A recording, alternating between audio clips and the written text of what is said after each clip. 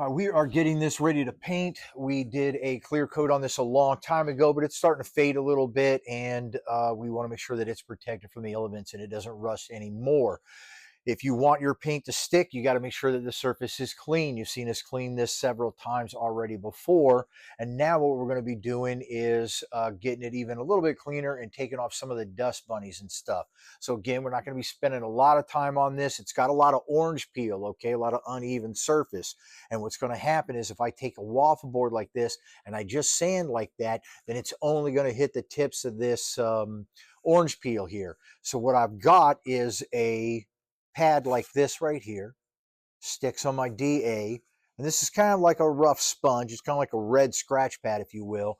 And now I can go ahead and go over the vehicle once with this. And what that's going to allow it to do is get into all the nooks and crannies and make sure that they're clean and make sure they've got at least a little bit of a scratch on it. You need a little bit of a scratch in order for your paint to stick. If it's all glossy, your paint is not going to want to stick to that well.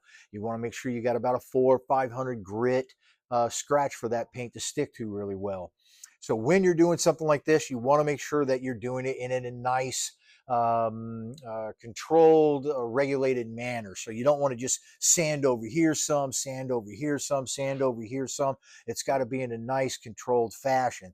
So what I like to do is I like to start out as far as possible that I can lean, because if I do this right here, it'll be all wet, and then I'm going to be getting all wet.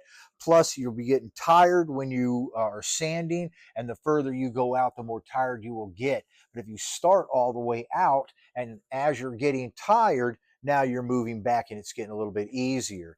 So sanding something like this would look a bit like this.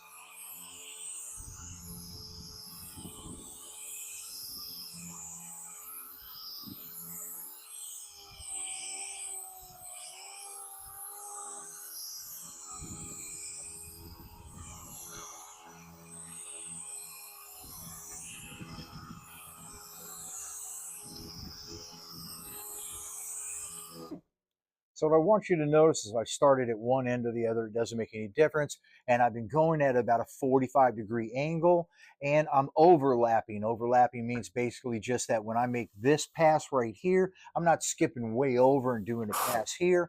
I'm actually going half over the pass that I already made. I come down, I'm going over half of the pass. And this way I'm making sure that everything is being sanded and I don't have any weird, because if you have this and you just set it in one spot too long, you're going to have one weird little pattern right there. After I get done with this, which I've already done the entire roof once, then I'll go ahead and I'll get a waffle board here. So this is an uneven surface. If I was to get a stiff waffle board and I had an uneven surface like this, then the block sander would just skip over the valley. So we need a waffle board so it'll go into all of the little valleys and nooks and crannies and make sure that everything is sanded and prepped properly. When I'm doing this, I'm doing it exactly the same way as I was the jitterbug. You also want to make sure you get a squeegee here, and you're going to want to clean this off in between your sanding. What can happen is you can have some grit on there and it'll get stuck on there. And then when you come back to sand right here, it gets stuck on your sandpaper. Now you sand and it gives you a nice deep scratch. So the whole time you're doing this, you're listening and you're feeling for any grit that might be in there. When your hand's on the pad right here, it's actually extended over a little bit so that it's holding everything nice and tight together. So this would be the same thing. I'd start on the edge right here like this. I'm doing 45s. Just mixing a couple of straight ones in. And being that my hand can touch the metal, I can feel if there's any grit. I can also feel how um, the surface might be rough still, or if it is sanding down nicely, which again, I've already sanded this once, so it's already sanded down nicely. So that's basically just it. When I move back, my next lap right here, now what I'll be doing is I'll also be overlapping that. I don't want to sand like to here and then come back and do this. I'm going to be sanding halfway in to my other sanding.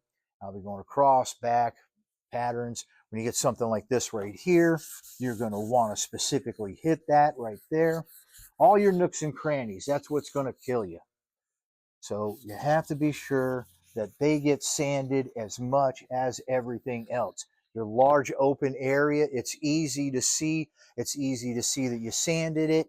It's easy to see that it looks good or not, but it's the nooks and crannies that are going to kill you.